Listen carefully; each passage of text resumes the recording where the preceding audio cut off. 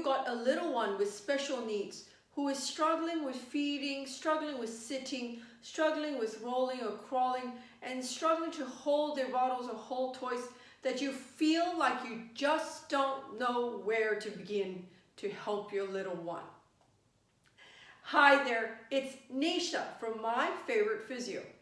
In today's video, I'm jumping in to talk about the relationship between gross motor skills and feeding skills. So here at My Favourite Physio, we see lots of little ones with low muscle tone.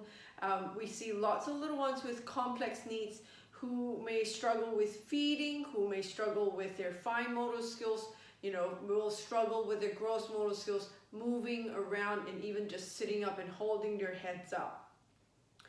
And every now and then we have families who feel really overwhelmed and just so stressed about where do you even begin to unravel it all, that where can you start to help your little one. So I thought I would jump in and share with you how the relationship between gross motor skills impacts a lot of the other parts of development, including feeding and using their hands to hold toys. So generally, the development for a little one often starts with gross motor skills. So the first skill little ones learn to do is to be able to hold their heads up so that they're not falling over or they're not putting their face down on the mat and suffocating. So really, head and neck control is the first skill they should have.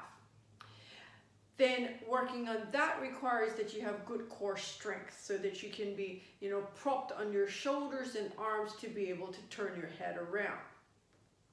When they have good strong head and neck control and tummy muscle control to be able to prop and sit, you'll find that those skills for feeding actually improves as well. So the ability to be sucking strongly when they're drinking milk, moving on to dealing with solids when you're sitting upright and trying to eat.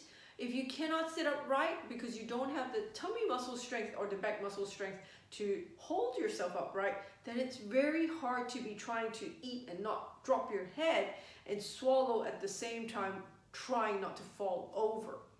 So here at My Favourite Physio, we often advise parents that, certainly we need to be positioning baby well for feeding, because in the initial stages when they're not got good head control, when they haven't got good tummy control, you might find that they're always struggling with feeding, and after they have a milk feed, they're vomiting everything out because their muscles internally in their guts are also very weak.